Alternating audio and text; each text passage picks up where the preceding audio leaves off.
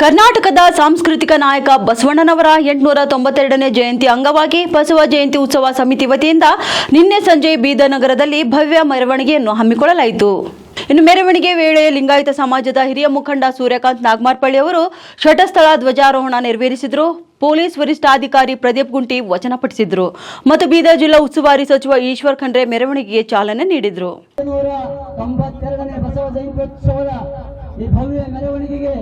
ಸನ್ಮಾನ್ಯ ಸಚಿವರಾದಂತಹ ಈಶ್ವರ್ ಖಂಡ್ರೆ ಅವರು ಧ್ವಜ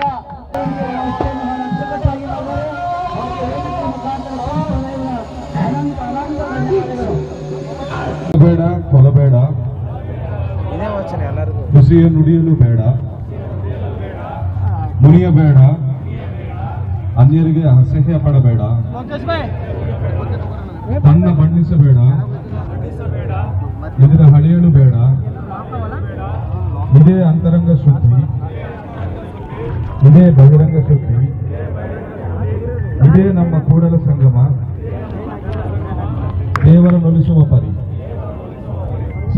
ಇನ್ನು ಷಟಸ್ಥಳ ಧ್ವಜಾರೋಹಣ ನೆರವೇರಿಸಿ ಮಾತನಾಡಿದ ಸೂರ್ಯಕಾಂತ್ ನಾಗಮಾರ್ಪಳ್ಳಿ, ಕಾಯಕ ತತ್ವವನ್ನು ಹೇಳಿದ ಬಸವಣ್ಣನವರ ಆಶೀರ್ವಾದದಿಂದ ನಾವೆಲ್ಲರೂ ಇನ್ನೂ ಹೆಚ್ಚು ಕಾಯಕ ಮಾಡುವಂತಾಗೋಣ.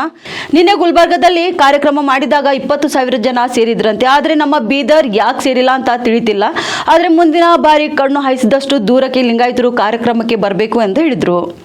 ಬಂದು ನೀನು ಬಳಗವ ನೀನಲ್ಲದೆ ಯಾರಯ್ಯ, ಕೂಡಲ ಸಂಗಮ ದೇವ, ಹಾಲಲ್ಲಾರೆ ಎದ್ದು ನೀರಲ್ಲಾರೆ ಎದ್ದು ಇದೇ ಧರ್ಮವಯ್ಯ ಅಂತ ಹೇಳಿ ತಮ್ಮೆಲ್ಲರಿಗೂ ಬಸವ ಜಯಂತಿ ಕಾಯಕ ಮೂಲವೇ ತಮ್ಮೆಲ್ಲರ ಆಶೀರ್ವಾದದಿಂದ ಇನ್ನ ಬಾಕಿ ಲಿಂಗಾಯತರಲ್ಲೂ ನನ್ನ ಕಳಕಳೆ ಕೋರಿಕೆ. ನೆನ್ನೆನೋ ಮೊನ್ನೆನೋ ಒಂದು 20,000 ಜನ ಸೇರಿದ್ರು ಅಂತದ್ದು ಗುಲ್ಬರ್ಗ ಅಲ್ಲಿ. ಯಾಕಿಲ್ಲ ಸೇರಿಲ್ಲ ಅಂತ ಗೊತ್ತಿಲ್ಲ, ಬಟ್ ಇವು ಸೇರಿದಿರಿ. ಬಟ್ ಮುಂದಿನ ವರ್ಷ ಇಲ್ಲಿಂದ ಹಿಡಿದು DC ಆಫೀಸರ್ಗೂ ಜನ ಕಾಣಿಸ್ಬೇಕು, ಅಷ್ಟು ಲಿಂಗಾಯತರಲ್ಲಿ ಕಳಕಳೆ ಕೋರಿಕೆ. ಒಂದೇ ಘೋಷಣೆಯಲ್ಲಿ ತೋರಿಸ್ಬೇಕು, ತಾವು ಶಕ್ತಿ ತೋರಿಸ್ತೀರಾ, ತೋರಿಸ್ಬೇಕು ತಾವು. ಕಳಕಳೆ ವಿನಂತಿ, ಮುಂದಿನ ಸರಿ ಜೋರಾಗಿ ಮಾಡಬೇಕು, ಇನ್ನು ಜಾಸ್ತಿ ಜನ ಸೇರ್ಬೇಕಂತ ಹೇಳಿ ಕಳಕಳೆ ವಿನಂತಿ. ನಮ್ಮೆಲ್ಲರಿಗೂ ಬಸವ ಜಯಂತಿಯ ಶುಭಾಶಯ. ಇನ್ನು ಕಾರ್ಯಕ್ರಮಕ್ಕೆ ಚಾಲನೆ ನೀಡಿ ಮಾತನಾಡಿದ ಜಿಲ್ಲಾ ಉಸ್ತುವಾರಿ ಸಚಿವ ಈಶ್ವರ್ ಖಂಡ್ರೆ, ಈ ಭೂಮಿ ಸೃಷ್ಟಿಯಾಗಿದ್ದು ಎಷ್ಟು ಅದ್ಭುತವೋ ಬಸವಣ್ಣನವರು ಕೂಡ ಈ ಭೂಮಿ ಮೇಲೆ ಹುಟ್ಟಿದ್ದು ಅಷ್ಟೇ ಅದ್ಭುತ. ಇನ್ನು ಅಂಧಕಾರದಲ್ಲಿದ್ದ ಸಮಾಜವನ್ನು ಬಸವಣ್ಣನವರು ಮಹಾಮನೆಯ ಮೂಲಕ ದೊಡ್ಡ ಕ್ರಾಂತಿ ಮಾಡಿದವರು. ಬಸವಣ್ಣನವರು ಅಸಮಾನತೆ, ಮೌಢ್ಯತೆ, ವರ್ಣಭೇದದ ವಿರುದ್ಧ ಹೋರಾಡಿದವರು. ಬಸವಣ್ಣನವರ ಪರಿಕಲ್ಪನೆಯ ಅನುಭವ ಮಂಟಪ 1 ವರ್ಷದ ಒಳಗಾಗಿ ಉದ್ಘಾಟನೆಗೊಳ್ಳಲಿದೆ ಎಂದು ಹೇಳಿದರು. ನಮ್ಮೆಲ್ಲರ ಅಹೋಭಾಗ್ಯ ಅಂತ ಹೇಳ್ಬೋದು. ಏಕೆಂದ್ರೆ ಇವತ್ತು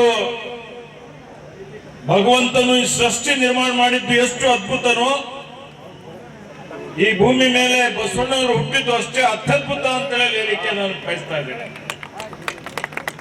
ಏಕೆಂದ್ರೆ 12ನೇ ಶತಮಾನದಲ್ಲಿ ಇಡೀ ಸಮಾಜ ಅಂಧಕಾರದಲ್ಲಿತ್ತು. ಎಲ್ಲ ಕಡೆ ಅನ್ಯಾಯ, ಅತ್ಯಾಚಾರ, ಅಸಮಾನತೆ, ಅಸ್ಪೃಶ್ಯತೆ, ಬಹಳಷ್ಟು ಮೌಢ್ಯತೆ ಇತ್ತು.